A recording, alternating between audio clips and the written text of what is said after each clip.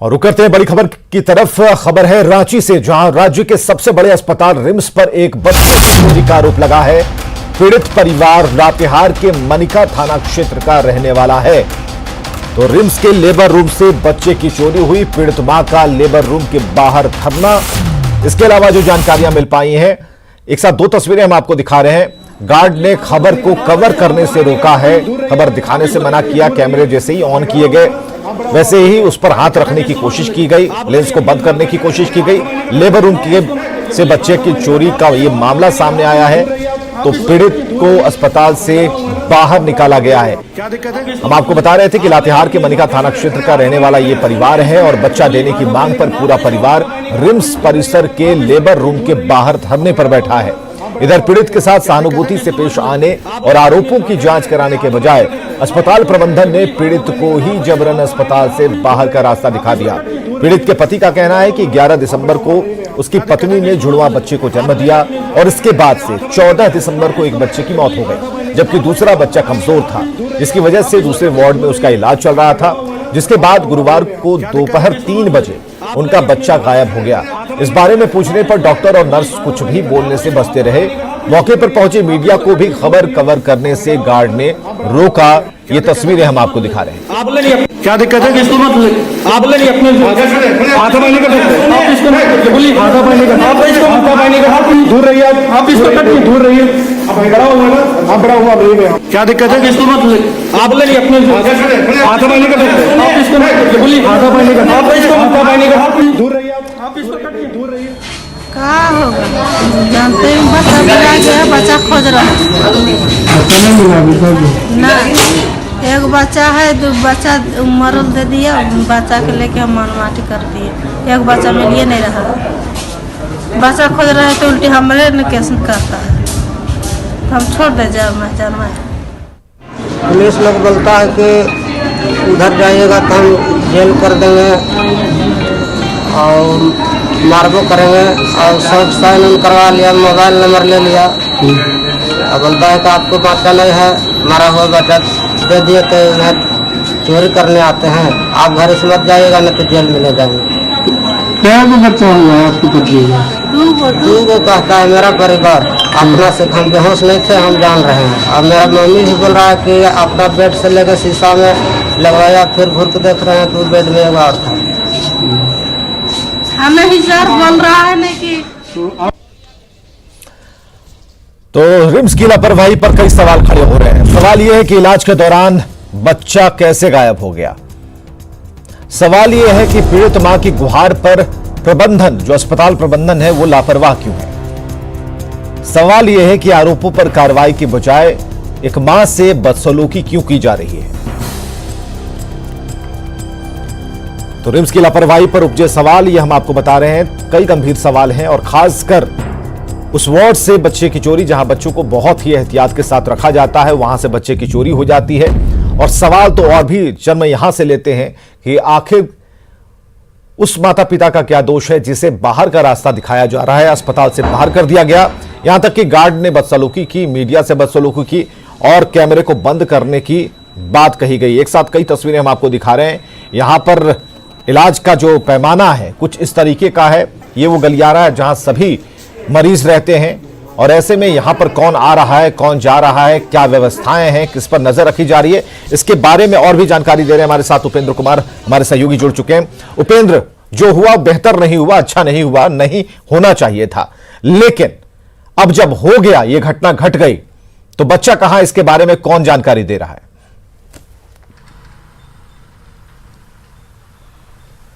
बिल्कुल, देखिए विवेक, दुखद पहलू यही है कि राज्य के सबसे बड़े अस्पताल में एक पीड़िता आरोप लगाती है कि उनके बच्चे की चोरी हुई है और कोई जवाब देने वाला नहीं है कि आखिर उसका बच्चा गया तो कहाँ गया।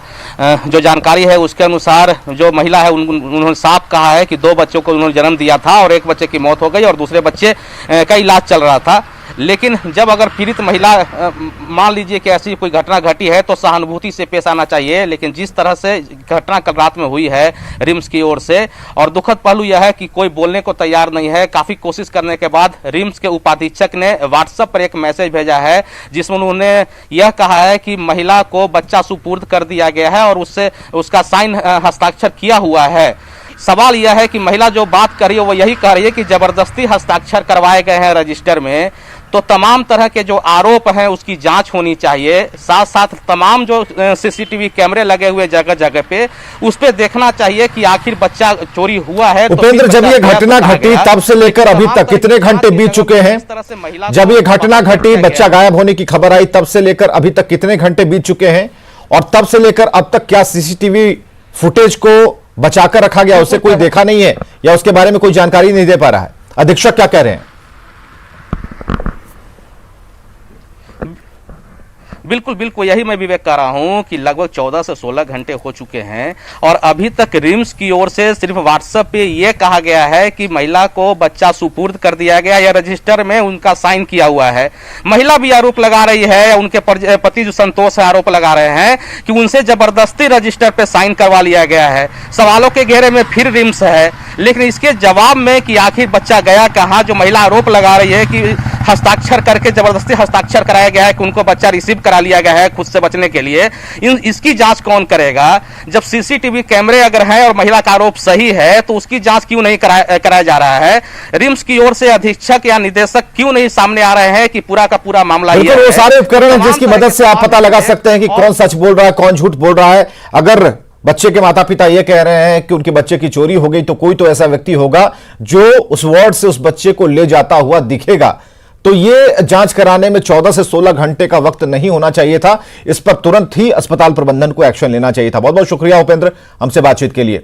इधर रांची में हटिया के जिला प्रशासन के गेस्ट हाउस में बुधवार की रात जमकर हंगामा हुआ। दरअसल गेस्ट हाउस में इंटक का अधिवेशन चल रहा था और इसके बाद रात के करीब 10 बजे 50 से 60 इंटक से जुड़े कार्यकर्ताओं ने गेस्ट हाउस के कैटरर से खाने में चिकन की मांग की, लेकिन रात काफी हो जाने की वजह से नॉनवेज खिलाने में समस्या आ रही थी और ऐसे में खाना परोसने में लेट होने से इंटक से जुड़े लोग नाराज हो गए।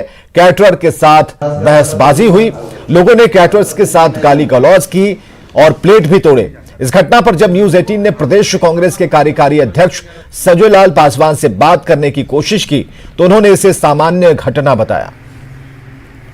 खाना लेकर बुलाया था, हम गए प्लेट हटाने के लिए। हटाने के बाद वो गाली गलौज करने लगा। कौन? जो कस्टमर था 17 नंबर का। नाम पता है कौन? नहीं, उसका नाम पता नहीं है। तो गाली गलौज करने लगा। हम बुला करके लाए श्रीकांत भैया को, तो उसके बाद आने के बाद उनका कलर पकड़ लिया और गाली गलौज करने लगे। ये गाली गलौज कौन कर रहा? जो यहाँ ठहरे थे वो कर रहे थे? हाँ। कौन कौन थे उनके साथ में 3 आदमी थे। किसी का नाम पता है? नहीं, मालूम नहीं है उनका नाम पता। तो क्या किए वो फिर? कि गाली गलौज करने लगे और कलर पकड़ लिए, बस इतना ही हुआ। मारपीट भी हुआ था। प्लेट तोड़ा? हाँ, प्लेट तोड़ा। इधर बीजेपी ने कांग्रेस नेताओं पर सत्ता के नशे में चूर रहने का आरोप लगाया है। पार्टी प्रवक्ता प्रतुल शाहदेव ने कहा कि कांग्रेस नेता लगता है मदमस्त थे, अब उनके लिए अब कानून का कोई मतलब नहीं रह गया है। रहा है कि ये पूरे तरीके से सत्ता में बेकाबू हो गए हैं और आश्चर्यजनक रूप से पुलिस ने इस मामले में कोई एफआईआर दर्ज नहीं किया। और प्रदेश अध्यक्ष माननीय डॉक्टर रामेश्वर उरांव जी हमेशा कहते हैं कि गांधी के उसूलों पे हमारी पार्टी चलती है, तो क्या यही गांधी के उसूलों पे चलने वाली पार्टी है? और कब इन नेताओं के खिलाफ कार्रवाई होगी? बहरहाल इस घटना ने कांग्रेस को पूरे तरीके से एक्सपोज कर दिया है कि किस तरीके से उन्होंने एक सरकारी गेस्ट हाउस में बिना अनुमति के शराब पी, हंगामा किया और फिर भी कोई कार्रवाई नहीं।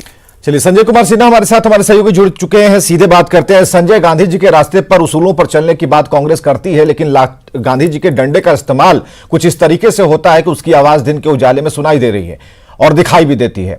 हम ये जानना चाह रहे हैं कि इस पूरी घटना पर कांग्रेस की तरफ से कुछ सी बयान का नहीं आना और ये कहना कि ये तो होता रहता है, कहां तक सही है? और जो उस गेस्ट हाउस के संचालक हैं उन्होंने जो अपनी पीड़ा जताई या फिर वहां के जो कैटरर थे उन्होंने जो अपनी पीड़ा जताई, इसके बाद कुछ एक्शन हो पाया?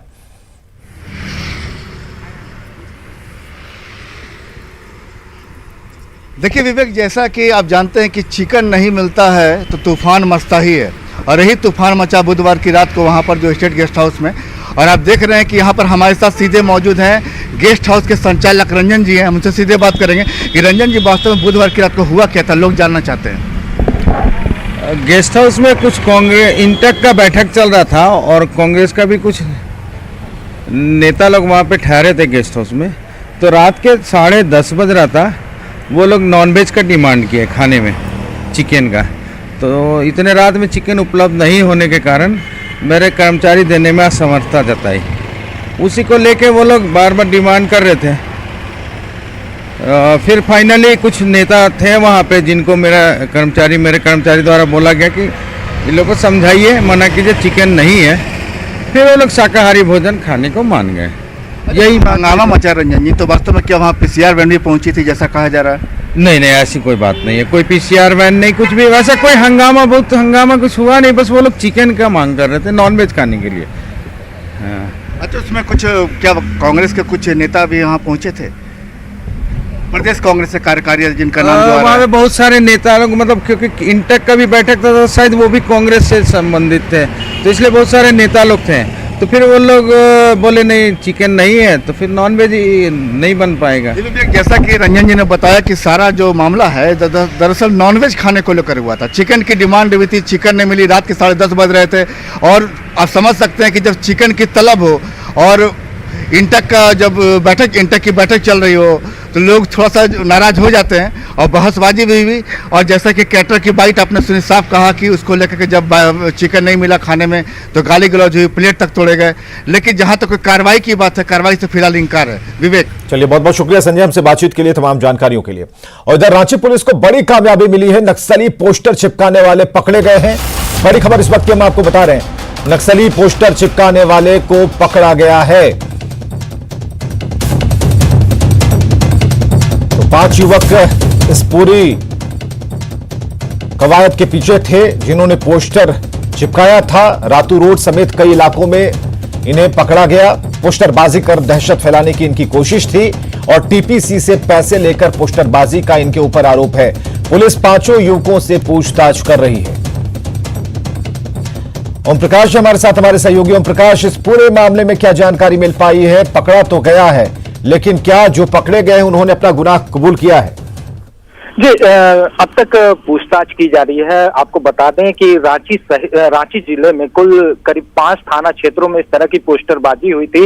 मामले में तृतीय प्रस्तुत कमेटी टीपीएसपी का नाम आया था, जिसके बाद पुलिस ने मामले की तफ्तीश शुरू की थी और उसी मामले में 5 लोगों को गिरफ्तार किया गया। हालांकि अब तक जो जानकारियां सामने आई है उसके अनुसार ये जो लोग हैं ये टीपीसी से पैसा लेकर यहाँ पर पोस्टरबाजी कर दहशत फैलाने का काम कर रहे थे और उसी मामले में ये गिरफ्तार हुआ है। हालांकि इनका टीपीसी से क्या ताल्लुक है या सिर्फ ये पैसों के लिए ये दहशत फैलाने का कारोबार कर रहे थे, ये देखना होगा, क्योंकि पुलिस फिलहाल इनसे पूछताछ कर रही है और मामले का खुलासा भी जल्द हो सकता है और आरोपियों को भी सामने लाया जा सकता है। हालांकि अभी तक इनके द्वारा अपराध स्वीकार किया गया है या नहीं ये फिलहाल क्लियर नहीं है। लेकिन जिस तरह से सीसीटीवी फुटेज में, क्योंकि अगर रातू रोड चौराहे की बात की जाए तो वहां पर सीसीटीवी फुटेज में या फिर पिस्का मोड़ इलाके में जो सीसीटीवी फुटेज प्राप्त हुआ उसके आधार पर ये गिरफ्तारियां हुई हैं, तो कहीं ना कहीं पुलिस के पास जो साक्ष्य है वो पर्याप्त मात्रा में है। तो देखना होगा कि अब इनका ताल्लुक किस तरह से जुड़ता है और पूरे मामले में और कौन कौन से लोग शामिल हैं